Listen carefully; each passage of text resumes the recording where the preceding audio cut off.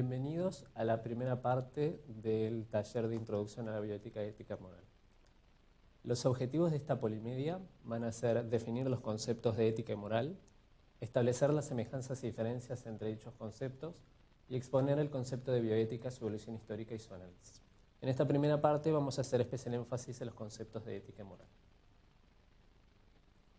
Desde un punto de vista etimológico, la moral proviene del vocablo latín mos y ética proviene del vocablo griego ethos. Y ambos conceptos se traducen como modo de ser o comportarse, conjuntos de reglas, valores o principios, e incluso desde una mirada aristotélica como morada, lugar donde se habita. De forma coloquial, los términos ética y moral se utilizan de forma indistinta como sinónimos, cuando, por ejemplo, decimos que una acción ha sido poco ética o que una actitud es inmoral. En las acciones cotidianas que se rigen por costumbres o hábitos de una determinada comunidad, como por ejemplo puede ser ceder el asiento a un adulto mayor en un medio de transporte público o ayudar a un amigo o cumplir una promesa, se rigen por normas y valores que se nos imponen a nosotros a medida que nos desarrollamos como personas, en un contexto cultural determinado. Es este conjunto de costumbres, normas y valores, tanto sean escritos o transmitidos oralmente de una comunidad, que competen en el ámbito de la moral. La moral pertenece al plano del ser, nos dice las cosas que debemos hacer y por eso se pregunta qué debo hacer. Sus enunciados son descriptivos, esto quiere decir que hace juicios de valor moral respecto a casos particulares. La moral es de hecho, es un saber prereflexivo, prefilosófico, acrítico y asistemático, y es imprescindible para el recto obrar. Bien, como preámbulo previo a entrar al concepto de ética, vale aclarar que los seres humanos, al ser seres racionales, nos cuestionamos e intentamos siempre estar en la búsqueda de conocer la verdad. Y en tal carácter, a lo largo de la historia, han habido cuestionamientos con respecto a la moral y en cuáles son los fundamentos que le dan validez al contenido y a la forma de la moral.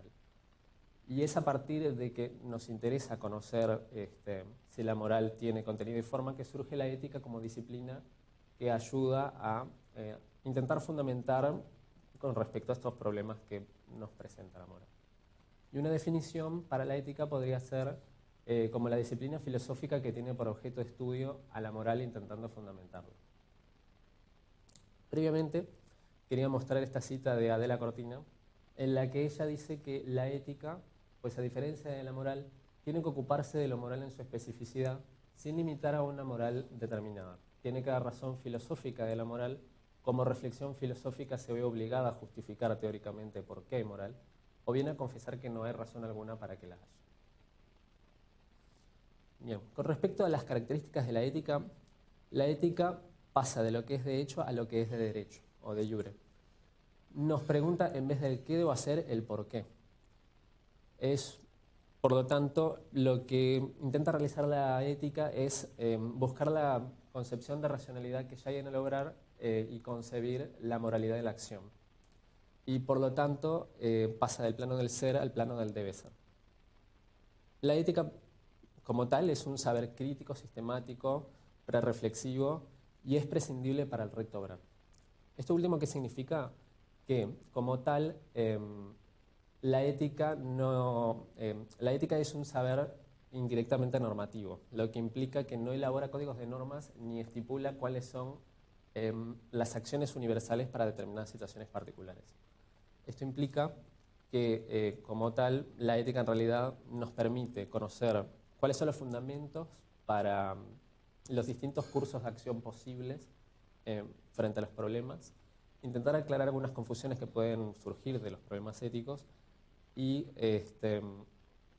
intentar que nuestra elección frente a ese problema sea tomada de forma incondicional en ejercicio de nuestra libertad. Uno de los rasgos que los diferentes enfoques éticos le han dado a la moral ha sido el de normatividad. Está entendido como el hecho de que todas las concepciones morales exponen ciertos preceptos, normas y principios como obligatorios para todo el conjunto de sujetos morales.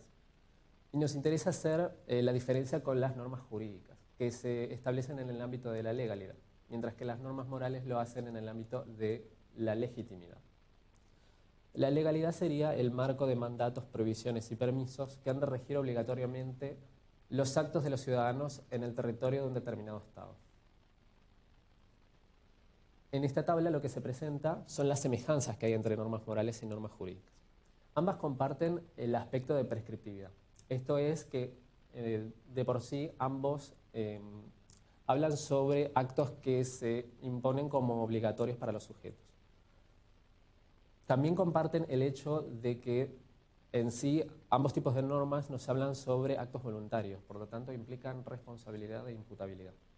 Y a su vez el contenido de ambos tipos de normas también se centran en conceptos que en general son comunes en la mayoría de los casos. Significa que el contenido es el mismo para ambos tipos de normas.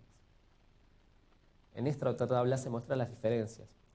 Las normas morales imponen un tipo de obligación interna ante nuestra conciencia, como una autoobligación que nosotros nos imponemos un contenido normativo para lograr.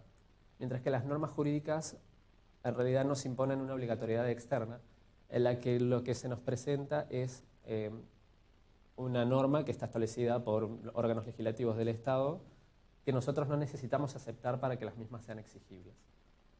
Las normas morales también se presentan como instancia última de obligación ante nuestra propia conciencia. Somos nosotros los que determinamos ante nosotros mismos como tribunales últimos de apelación cuando la norma moral se estaría cumpliendo o no. Mientras que las normas jurídicas, esa instancia no está dentro nuestro, no es parte, no se presenta como instancia última para orientar la acción ante nuestra conciencia, porque nosotros como individuos entendemos que las leyes son promulgadas por los organismos legislativos del Estado. Y por último, las normas morales tienen el carácter de la universalizabilidad que no comparten con las normas jurídicas, dado que estas últimas en realidad se presentan como obligaciones para todos los ciudadanos en tanto vivan bajo el ordenamiento jurídico del Estado en el que viven. Mientras que las normas morales en realidad tienen una pretensión de universalidad. Por lo tanto, serían exigibles a todo humano en tanto humano dentro de un contexto cultural e histórico determinado.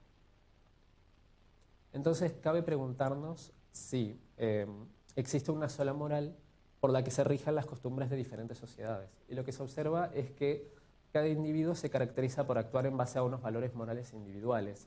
En el establecimiento de relaciones personales y en el desarrollo de la persona, todos los individuos elegimos y optamos voluntariamente por aquellos atributos de los hábitos o normas o costumbres, tanto sean virtudes o vicios, para la conformación del carácter de cada uno. Y es a partir de esta vinculación en sociedad con diferentes morales que uno podría hablar de una moral colectiva y de una sociedad moralmente pluralista. Entonces observan que la moral como tal es un concepto histórico. Esto implica que a lo largo de la historia las sociedades han tenido cambios en la moral ha sido cambiante. Y Adela Cortina define la moral civil como aquella moral que nos permite reconocer mínimos para la convivencia de sociedades moralmente plurales. Y lo define en la siguiente cita, diciendo que la moral consiste, pues, en unos mínimos compartidos entre ciudadanos que tienen distintas concepciones de hombre, distintos ideales de vida buena, mínimos que les llevan a considerar como fecunda su convivencia. Asimismo, como nos preguntamos si existe una sola moral, cabe la pregunta si existe una sola ética. La ética, en cuanto a disciplina filosófica, es una sola. Sin embargo, los argumentos éticos que se brindan desde la ética varían según la teoría ética a la que nos basemos. Y existen teorías éticas que buscan dar fundamento a la pregunta ¿por qué debo comportarme moralmente?, que son aquellas que buscan intentar fundamentar la acción humana. Asimismo, también nos interesa hacer la disquisición entre una ética de mínimos y una ética de máximos. Adela Cortina define una ética de mínimos como una ética cívica, como aquella que está conformada por los mínimos acordados en sociedades moralmente plurales, que se asocian al principio de justicia y establecen el límite bajo el cual no se puede renunciar a la propia moral. Y la ética de máximos, que está concebida desde la concepción aristotélica de felicidad. Entiende Adela Cortina los máximos como proyectos de autorrealización basados en ideales de vida buena para cada persona, con carácter individual y que no son exigibles para todos. En este sentido, se entiende que la felicidad se puede imitar, pero a la justicia se debe exigir y por lo tanto una ética de mínimos debe basarse en una ética de máximos. ¿Esto qué quiere decir? Que son los proyectos de autorrealización los que permiten a los individuos poder reflexionar sobre los mínimos para poder aumentarlos progresivamente en consenso social. Bueno, aquí les dejamos la bibliografía de la política.